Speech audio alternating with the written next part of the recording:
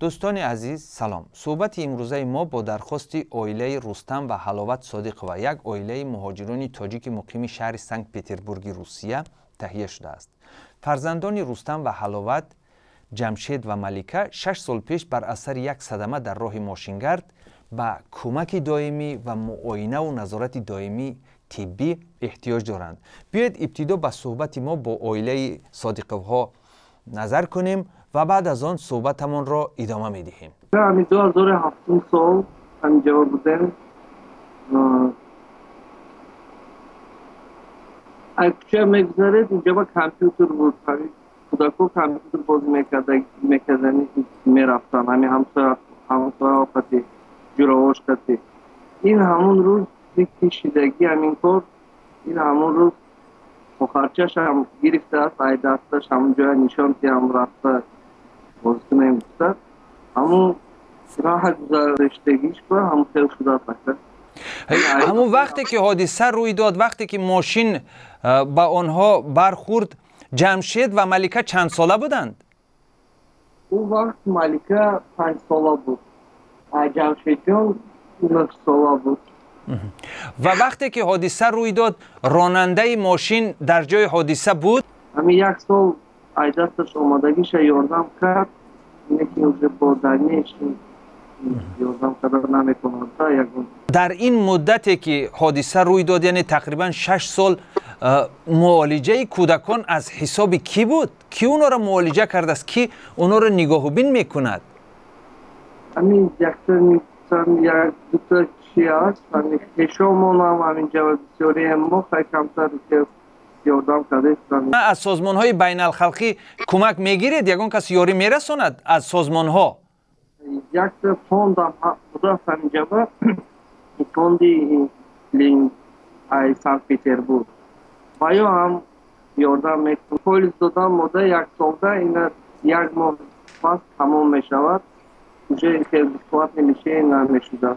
آوازی اینوالید نیست در کار، اینوالید نیست گرفتم و گراشدن و در کار شما. جمشید جان گوجاش درد میکند؟ ملیکه را گوجاش درد میکند؟ جمشید هستین روزیم باید نمیشیند کم نمیزند. اکی جمشید کردیش کسی نگرده.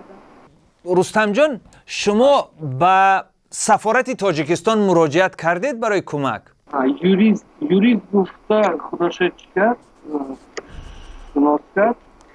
مایلش گفت چند بار همه آدم 2 بار 3 بار خودش گرفت تریکلره چطور یکان چی نشده. در پی این صحبت بخش تاجیکی رادیوی آزادی با سفارت تاجیکستان در مسکو در تماس شد و طور اطلاع پیدا نمودیم آخر هفته گذشته کنسول تاجیکستان در شهر مسکو خانم صدبرگ غنیه با عائله صادق‌ها ملاقات نموده است.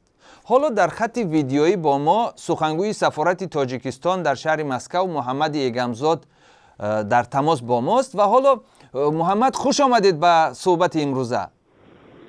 تشکر. نخست سلام عرض میکنم به شنوندگان رادیوی معتبر آزادی. واقعا هم در این صحبت حالا حاضر باید در خدمت رادیوی آزادی خانم صدبرگ غنی و رئیس کنسولگری سفارت جمهوری تاجیکستان در مسکو باید قرار داشته می‌بود، اما بنابراین که یک ملاقات عاجل پیش آمد ایشان اینجا حضور ندارند و ما قبلا عذر می‌پرسیم.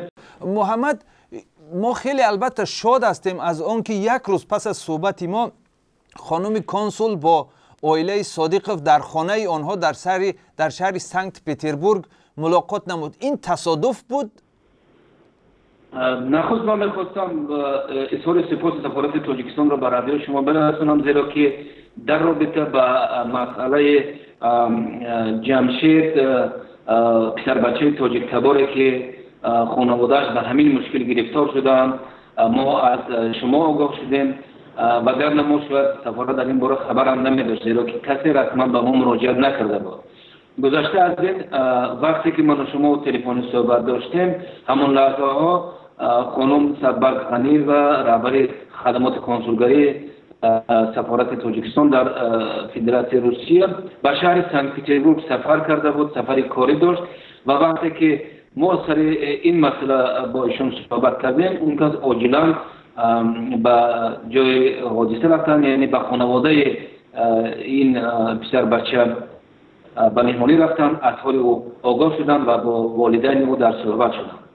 خب البته خیلی خوب است که رفتند و آگاه شدند، ولی چی تصمیم گرفته شده است؟ حالا کدام یک قرار در این مورد، یگان چاره‌بینی در این مورد مد نظر گرفته است سفارت؟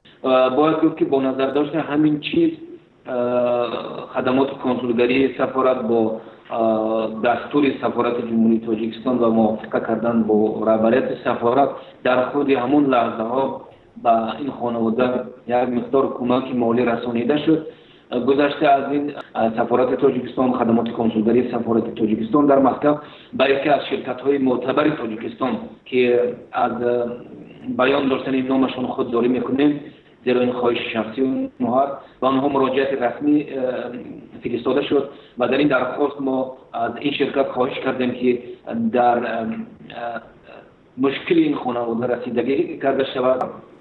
ولی تا جای در صحبت با ما رستم صادقوف رهبر این عائله ابراز داشت، آنها به کمک حقوقی نیز نیاز دارند. ما همه طرفه کمک خواهیم کرد و اگر لازم باید سفارت در پیش تشکیلات‌های مربوطه روسیه نیز اونها خواهد کرد که در این مسئله کمک رسانده شود. گذشته از این من فکر می‌کنم که همین تجربه تلخ خانواده تاجیکی که در نهایت همین حادثه ناخوش دو فرزندانشان معیوب شدند و امروز به کمک نیاز دارند، باید در میان دیاسپورای ملی تاجیکان یک احساسات همگرایی، احساسات کمک کردن، احساسات نیکی کردن را به وجود آورد، زیرا که علاقه دیاسپورای تاجیکان شمار نهایت زیاد است و این چیز در بین دیاسپوراهای ملی دیگر کشورها و دیگر ملت‌هایی که در اینجا زندگی میکنند علاقه به رسمیت در آمده. تشکر از شما محمدی گمزاد، سخنگوی سفارت تاجیکستان. در حقیقت در این روزها که بازداشت و استرداد مهاجران تاجیک در روسیه اوج گرفته است، از شما منت داریم که وقت یافتید و با سرنوشت این عائله مهاجران تاجیک که واقعا به کمک نیاز دارند و این کودکان هم خود برای خود کمک کردن نمیتوانند توجه کردید و امیدوار میشویم که شنوندگان ما هم از این قضیه آگاه شده در حل مثبت سرنوشت این فرزندان عائله صادقوف ها به اهمیت نخواهند بود. تشکر زیاد از شما.